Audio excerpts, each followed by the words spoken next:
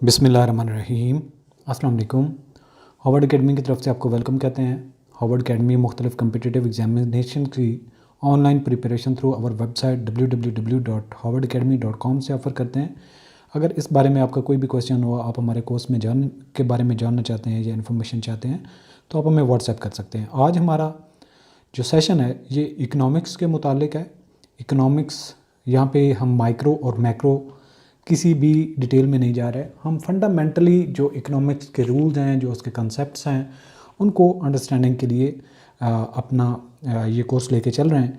तो ये जो कोर्स है ये आपके एकेडमिक लेवल के एग्जामिनेशंस और आपके जो प्रोफेशनल एग्ज़ाम्स हैं दोनों के लिए इक्वली मुफीद भी हैं और यूज़फुल भी हैं। तो लास्ट टाइम हमने इलास्टिसिटी ऑफ डिमांड पे भी डिटेल से बात की थी, उनके ग्राफ्स को भी अंडरस्टैंड किया था, इक्वेशंस के ज़रिए से सॉल्व करके उनके ग्राफ की मूवमेंट को भी हमने समझा था। फिर हमने इलास्टिसिटी ऑफ सप्लाई के बारे में भी बात की थी। और आज हम एक और छोटा सा कंसेप्ट जो है, इम्पॉर्टेंट कंसेप्ट है, उसको समझने की कोशिश करेंगे। और आपने ये माइंड में रखना है कि कोई भी आपके ऊपर कंसेप्ट की ये बाउंड नहीं है कि आपका इस चीज़ में कंसेप्ट होगा तो आप ये चीज़ समझ सकेंगे। आप नॉर्मली अगर फ्रेश माइंड के साथ भी चीज़ को समझना चाहते हैं तो आपको ये लेक्चर समझ आएगा। तो सबसे पहले तो आपने जो टर्म्स हैं ये मुश्किल होती हैं, थोड़ा सा इनमें कंफ्यूज हो रहे होते हैं, तो उनके बारे में बिल्कुल भी कंफ्यूज नहीं होना।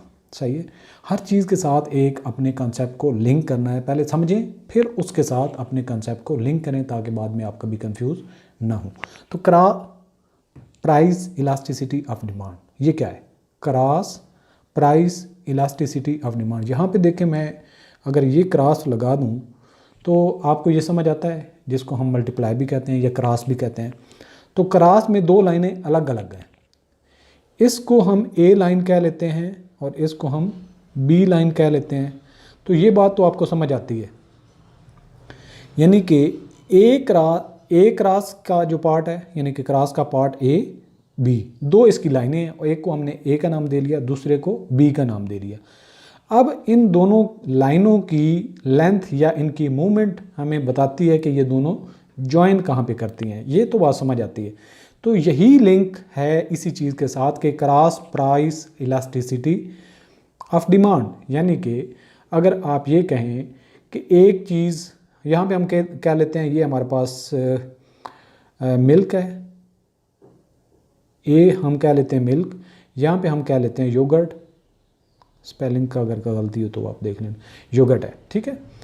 ए हम कहते हैं मिल्क है, बी हमारे पास योगर्ट है। अब इन दोनों की जो प्राइसेस हैं आपस में, आपको पता है कि मार्केट में दूध की कीमत बढ़ने के साथ ही दही की कीमत भी बढ़ जाती है और सेम वाइस वर्सा। यानी कि और अगर हम ये कहें कि जो नॉर्मल मार्केट में आपको खालिस दूध से एक दही मिल रही होती है जो फ्रेश होती है उसको, और दूसरे नंबर पे एक डब्बे के अंदर जो पैक आपको दही मिलती है, ये दोनों सब्स्टिट्यूट हैं, दोनों को हम दही कह सकते हैं। एक आपको नहीं मिलती, दूसरी उसकी जगह पे इस्तेमाल होती है।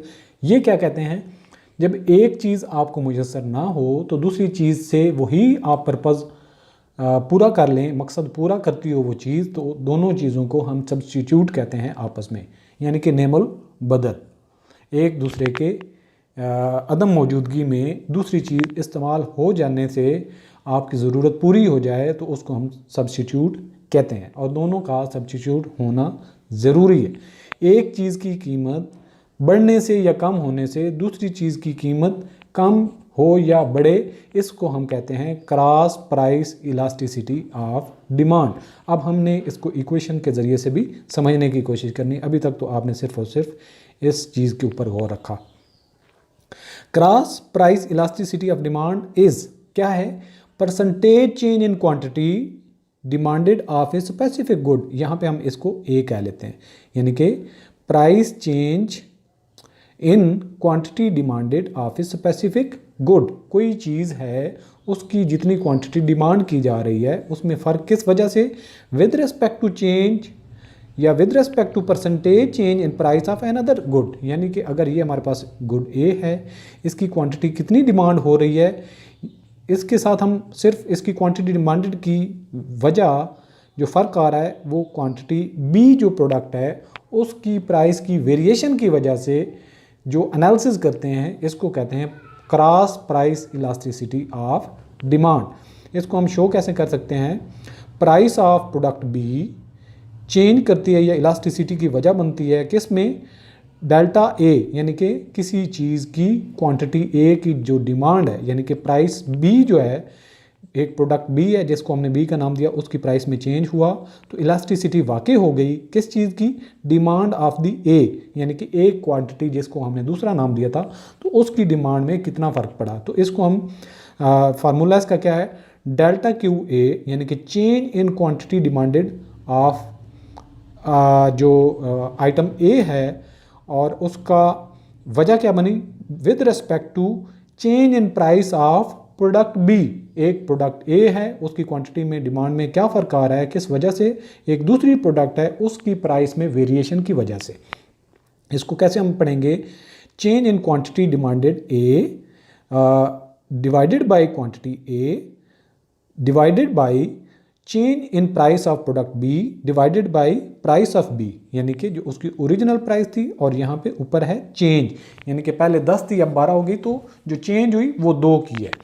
तो अब हम यहाँ पे इस बॉक्स पे आप गौर करें, ये हमारे पास है डिमांड फॉर प्रोडक्ट ए, इसकी 100 थी और प्राइस ऑफ प्रोडक्ट बी कितनी थी 10।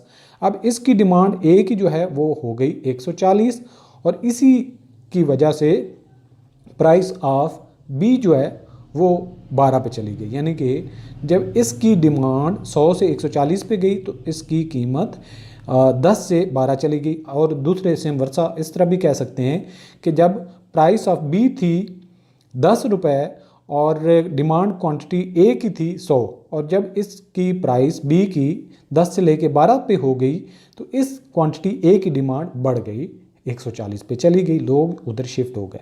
तो हम इसको अगेन जो वैल्यूज़ हैं उनको पुट करते हैं, प्राइस इलास्टिसिटी जो यानी कि बी प्रोडक्ट की प्राइस की वजह से इलास्टिसिटी डिमांड इन ए आई है, तो हमने ये फार्मूला अगेन पुट किया और यहाँ पे हम प्रोडक्ट ए की बात करेंगे तो चेंज इन क्वांटिटी ए, पहले 100 थी अब 140 तो फ़र्क कितना आ गया 40 का, और पहले कितनी डिमांड हो रही थी 100 तो डिवाइडेड बाय 100, अब divided by change in price of B कितना 10 से लेके 12 तक, 10 और 12 के दरमियान में कितना फ़र्क है 2 का, और डिवाइडेड बाय ओरिजिनल इसकी प्राइस कितनी थी 10 डिवाइडेड बाय 10। इसको सॉल्व करेंगे तो ये हमारे पास आ जाएगा इक्वल टू 2।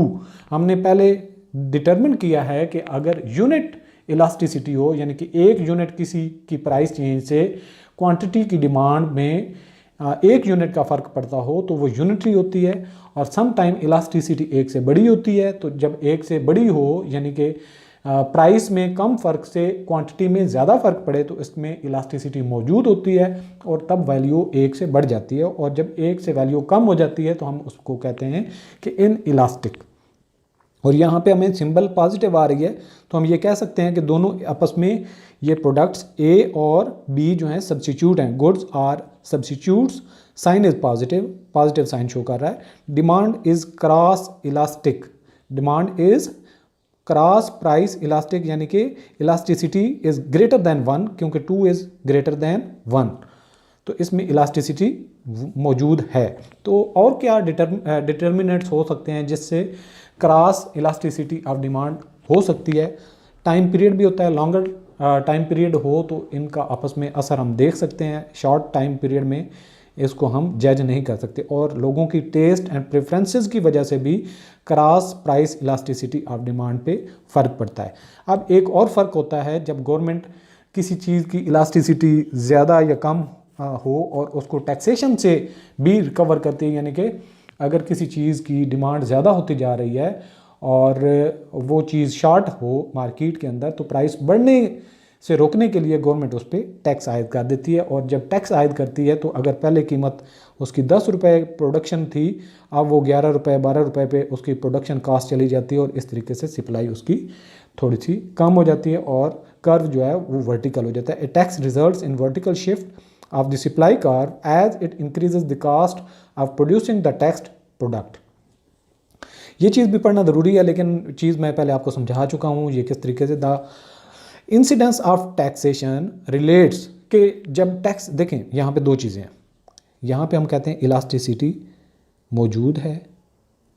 इस चीज़ को पैराग्राफ को समझने के लिए मैं आपको बता देता हूँ। यहाँ पे कहते हैं इन इलास्टिसिटी है।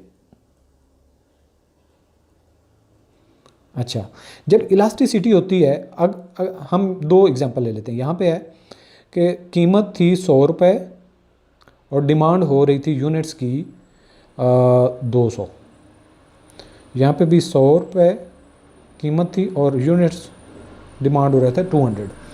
अब यहाँ पे इलास्टिसिटी मौजूद थी। यहाँ पे पहले वाले एग्जांपल में आप देखें इलास्टिसिटी मौजूद है, और इलास्टिसिटी मौजूद होने से मतलब ये है कि 110 कीमत जब जाएगी, यानी कि प्राइस जो है 100 की बजाय 110 पे चली जाएगी, तो कीमत एकदम धड़म से नीचे आएगी 150 पे, यानी कि बहुत फ़र्क पड़ गया।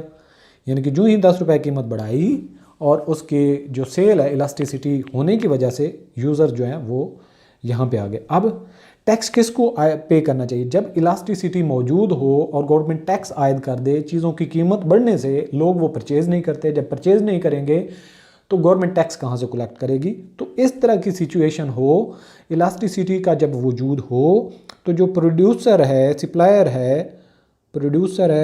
है उसको शिफ्ट कर दिया जाता है ये टैक्स का बर्डन। जब इन इलास्टिक हो, अब 100 से कीमत हो गई 110 पे, यूनिट जो है वो अगेन जो 195 पे थे, यानी कि कोई ख़ास फ़र्क नहीं पड़ा, लोग उस चीज़ को बाय कर रहे थे, लोग कीमत बढ़ने से उसका परचेजिंग नहीं छोड़ा। तो इस तरह का सिचुएशन हो, यानी कि जब इन इलास्टिसिटी हो, तो जो बर्डन है वो किस पे चला जाता है? कंज्यूमर्स पे, यानी कि जो यूज़ करने वाले हैं, जो बायर्स हैं, उन पे टैक्सेशन का बर्डन शिफ्ट हो जाता है। तो यही बात यहाँ पे आपको बताई गई होगी, एक जगह पे थोड़ी सी मिस्टेक होगी, लेकिन ये कंसेप्ट आपने याद रखना है कि इन इलास्टिक जब डिमांड हो तो जो बर्डन ऑफ टैक्सेशन है ये बायर्स पे चला जाता है। The incidence of taxation relates how much of the tax burden is being borne by consumer and producer. The more inelastic the demand, the more of the tax burden will be on consumer. The more, यहाँ पे elastic होना चाहिए था, the more elastic the supply, the more of the tax burden will fall on producer. Terms of trade means the real terms at which nation sells its exports and buys its import.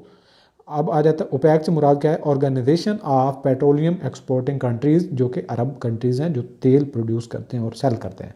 अब यहाँ पे हमारे पास 3 rule आ जाएंगे, 3 core rule of elasticity. जहाँ पे मैंने कहा था कि अगर फ़र्क एक हो, यानी कि प्राइस 10 थी, यूनिट 10 सेल हो रहे थे, कीमत 10 हो गई, 11 हो गई, अब यूनिट 9 आ गए, अब कीमत 12 हो गई, अब यूनिट 8 हो गए। तो चेंज, एक यूनिट चेंज की वजह से इस जगह पे भी एक चेंज आ रहा है, यानी कि यूनिटरी चेंज है। तो फिर हम यहाँ पे होते हैं यूनिटरी चेंज पे, और जब चेंज जो है ग्रेटर दैन 1 हो तो हम कहते हैं कि इलास्टिसिटी मौजूद है। यानी कि इसी तरीके से अगर 10 कीमत थी, यहाँ पे अगेन मैं ऐड कर लेता हूँ, 10 थी तो इसको हम अब क्रॉस कर लेते हैं। 10 रुपये कीमत थी, 10 यूनिट्स डिमांड हो रहे थे। अब क्या है कि इलास्टिसिटी मौजूद है। अब 11 कीमत होने से यूनिट 7 पे आ गए, 12 कीमत होने पे 3 पे आ गए। तो इसको कहते हैं कि जो चेंज है, एक यूनिट चेंज होने से जो डिमांड है उस पर ज़्यादा फ़र्क पड़ रहा है, तो इलास्टिसिटी का वजूद होता है। अगर ये जो चेंज है लेस देन 1 हो, जैसा कि मैं अगेन एक एग्जांपल उसमें ऐड कर लेता हूँ, कीमत 10 थी, यूनिट 10 सेल हो रहे थे, कीमत 11 हो गई, यूनिट 10 ही सेल हो रहे थे, कीमत 12 हो गई, यूनिट 9 पे चले गए, कोई फ़र्क नहीं आ रहा, कोई ख़ास फ़र्क नहीं आ रहा। तो यानी कि ये चेंज जो है लेस देन 1 है, तो इसको हम कहेंगे कि प्राइस इलास्टिसिटी इन इलास्टिक है। दूसरा रूल क्या है? इनकम इलास्टिसिटी का एक रूल है कि अगर आपकी इनकम बढ़े तो जो चेंज आती है आपकी डिमांड, जो प्रोडक्ट्स की डिमांड में इंक्रीज़ आए तो वो नॉर्मल गुड्स के लिए इंक्रीज़ बढ़ जाती है, और अगर इन्फीरियर गुड्स हों तो उनके अंदर डिमांड में कमी आ जाती है। यानी कि आपकी इनकम 10,000 थी तो आप 100 यूनिट्स परचेज़ कर रहे थे, आपकी कीमत 15,000 चली गई, सॉरी सैलरी या इनकम, तो आपने उन यूनिट्स को 150 ख़रीदना शुरू कर दिया, तो इसके अंदर पॉजिटिव चेंज आई। और इसी तरीके से अगर आपकी 10,000 यूनिट्स सैलरी थी या इनकम थी, तो आप इन्फीरियर गुड जब ख़रीद रहे थे तो 100 ख़रीद रहे थे। अब अगेन अब तनख्वाह आपकी बढ़ गई, इनकम आपकी बढ़ गई, 15,000 पे चली गई, तो आपने यूनिट जो है वो 50 ख़रीदने शुरू कर दिए बजाय इसके कि 150। अगर नॉर्मल गुड्स हों तो उनकी डिमांड बढ़ती है, और अगर इन्फीरियर गुड्स हों तो इनकम बढ़ने से चीज़ों की डिमांड कम होती है। अब रूल 3 है क्रॉस इलास्टिसिटी। अगर सब्स्टिट्यूट हूँ तो उनके अंदर पॉजिटिव चेंज आता है, और अगर सब्स्टिट्यूट ना हो तो एक प्रोडक्ट की दूसरी प्रोडक्ट के साथ नेगेटिव सिंबल भी आपको ये कंप्लीमेंट्स गुड्स के साथ वो सिंबल शो करता है कि ये गुड उसकी कंप्लीमेंट है। जबकि सब्स्टिट्यूट हूँ तो जो इलास्टिसिटी के सिंबल है आपको पॉजिटिव चेंज नज़र आता है। तो आज का लेक्चर यहाँ पे इख्तिताम करते हैं, इंशाल्लाह नेक्स्ट सेशन कंटिन्यू करेंगे। ऑल द बेस्ट, अल्लाह हाफिज़।